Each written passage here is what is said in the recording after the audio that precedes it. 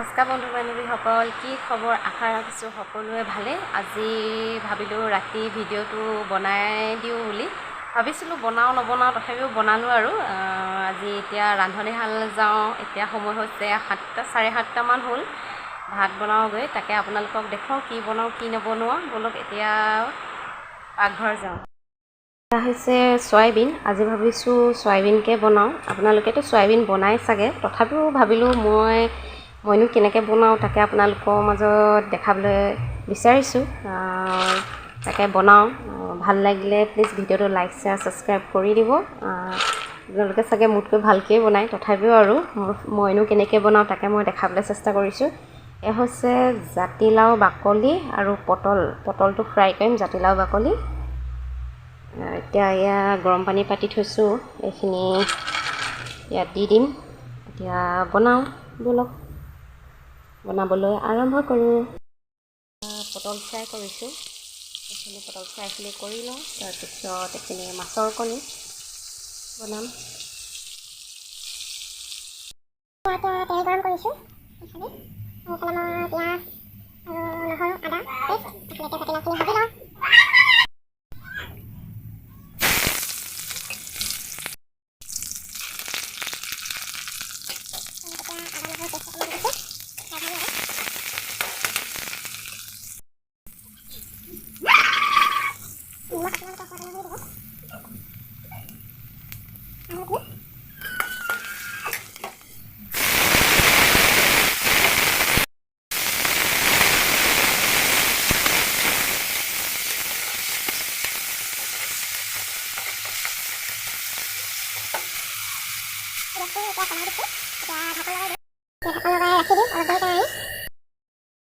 এইখিনি এতিয়া কোমল হ'ল।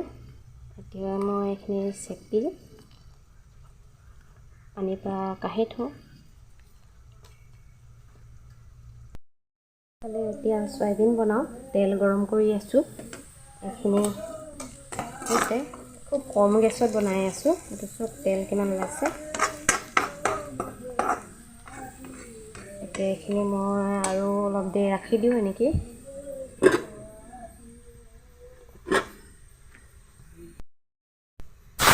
তাৰপিছত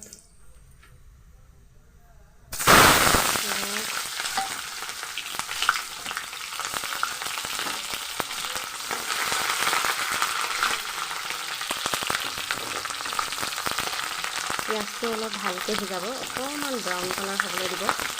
এনেকুৱাকৈ ৰাখি নিদিব।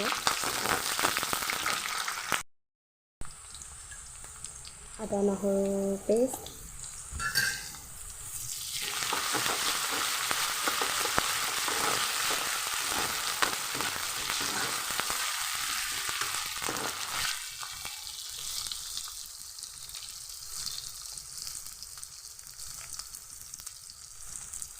নিমখ সোৱাদ অনুসৰি,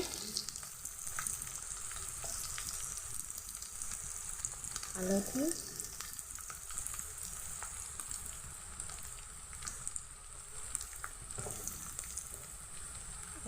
জিৰা, এইখিনি মিক্স মছলা, এইখিনি মাংসৰ মছলা।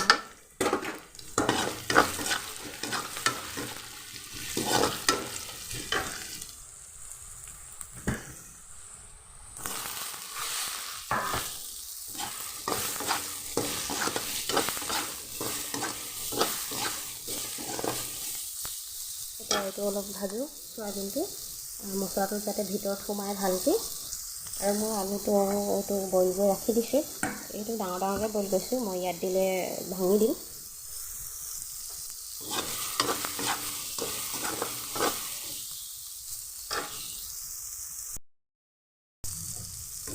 চিলি ইয়াত এটা মই ৰেড চিলি অলপ দি দিলোঁ, কাৰণ মই দিবলৈ পাহৰি গৈছিলোঁ কাৰণে অলপ দি দিলোঁ। দেখুওৱা নহ'ল বাৰু, আপোনালোকে তেলৰ পাতৰতে দিব পাৰিব। মই দেখাবলৈ পাহৰি গ'লোঁ। আৰু এতিয়া জলকীয়া একচুৱেলি চবেই নাখায়, সেইটো কাৰণে মই এনেকৈ দুটাকৈ দি দিম। এটা খোৱাৰ টাইমত নিজে উলিয়াই খাব পৰাকৈ।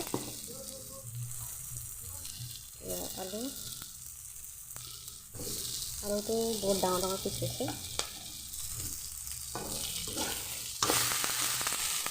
কিছু এনেকৈ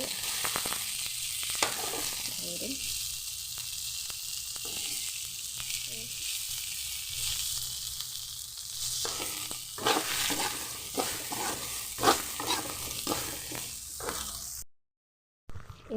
এয়া হৈ গ'ল।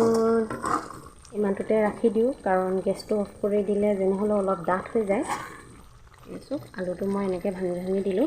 আপোনালোকে এনেকৈ বইল কৰি দিব পাৰিব, নহ'লে ফ্ৰাই কৰি দিব পাৰিব। ইমানটোতে ৰাখি দিওঁ।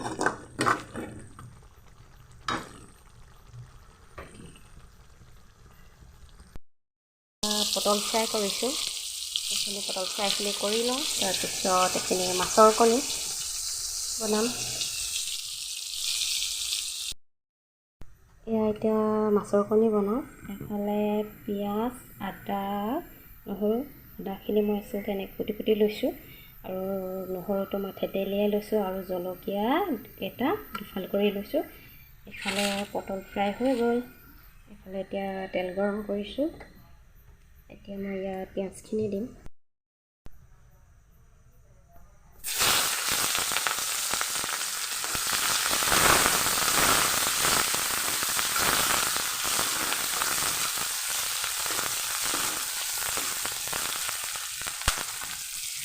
কোনে এনেকৈ মাছৰ কণী খাই পাইছে জনাবচোন, আৰু যোনসকলে খোৱা নাই তেওঁলোকে খাই চাব। পিঁয়াজ দি পেলাই মাছৰ কণী ভাল লাগে খাই।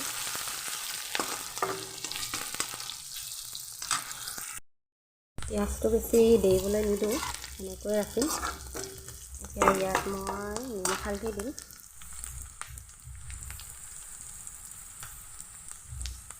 আপোনালোকে জলকীয়া যদি সৰহকৈ খায় জলকীয়া সৰহকৈ দিব, কাৰণ জ্বলা হ'লে বেছি ভাল লাগে, কাৰণ আমাৰ চবে খাব নোৱাৰে, সেইটো কাৰণে জ্বলাটো বেছি দিয়া নাই।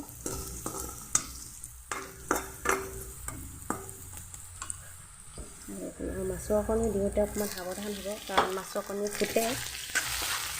এতিয়া ফুটিব, মই এতিয়া কেমেৰা অফ কৰিব লাগিব।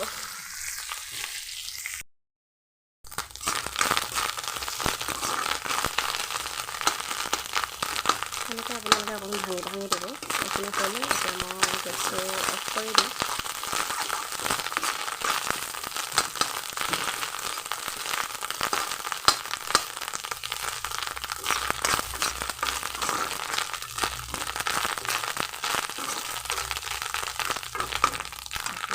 মোৰ ৰেচিপি হৈ গ'ল, আৰু জনাব ভিডিঅ'টো কেনেকুৱা লাগিলে। ভাল লাগিলে প্লিজ লাইক শ্বেয়াৰ ছাবস্ক্ৰাইব কৰি দিব। খাই চাবচোন এনেকৈ কেনেকুৱা লাগে আপোনালোকে জনাব। আজিলৈ ভিডিঅ'টো ইয়াতে সামৰিছোঁ। নেক্সট এটা ভিডিঅ'ত লগ পাম। Bye bye.